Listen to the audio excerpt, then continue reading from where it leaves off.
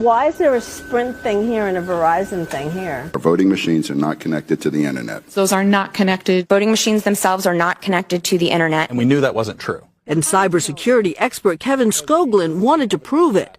So he and 9 other independent security consultants created their own search engine looking for election systems online. We found over 35 had been left online, and we're still continuing to find more. I'm not suggesting that you guys had modems in your tabulators, but what I want to point out with that is the CEO actually testified before the Senate that they had no connection, and yet it's verifiable in emails and so on that they had connections. So with that in my mind, I'm sitting here going, yes, they're telling folks here there is no connection. So I looked into a little bit more of what was going on with this specific equipment, the model that you guys have. And what I discovered was that there are features inside this particular Dell model that can be used for remote access capabilities. There are 6 USB ports. 2 of them allow for waking up the computer with various things that occur on those 2 ports. And there's actually 6 ports in use on the EMS here in Ontario County.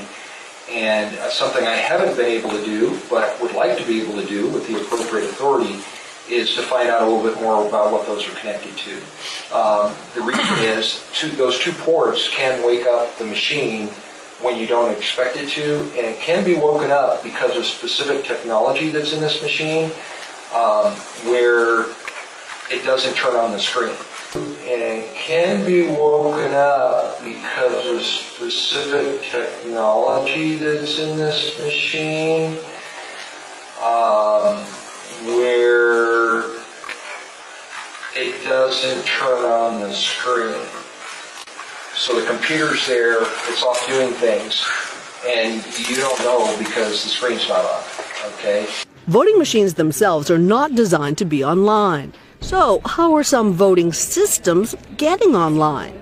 We got a first-hand look when we visited ES&S, the largest manufacturer of voting machines, and talked to CEO Tom Burt. Okay, why is there a Sprint thing here and a Verizon thing here? There's a small percentage of jurisdictions in the country, a lot of them are in Florida, who have decided that they want to modem unofficial results to the election office. You know, you do wonder sometimes whether or not our thirst for quick results sometimes may be interfering with our thirst for accurate results. You know, Cynthia, that's not my place to judge that one. Again, these jurisdictions have a need for that. ES&S insists while there are 14,000 of its modems in use, there are firewalls separating those modems from the public internet, and that the modems are turned on for just seconds. But Skoglund says that's not enough. So, we're seeing Illinois and Michigan. Last summer, Skoglund's team found ES&S voting systems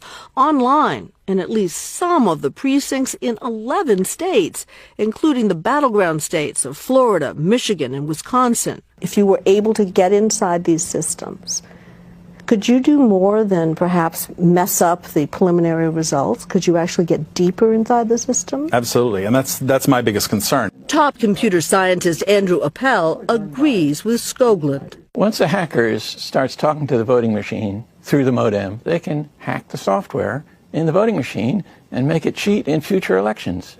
In August, Skoglund took his results to election officials and the press, assuming the systems will get taken down.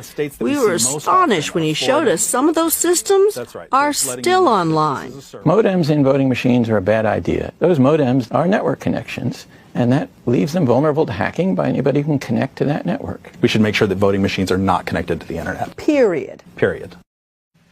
The good news, Lester, experts told us most of the country votes with paper and pencil. Those ballots counted by scanners without modems. That means audits and recounts are possible. Now, having said that, they urge jurisdictions using modems and touchscreens to get rid of them.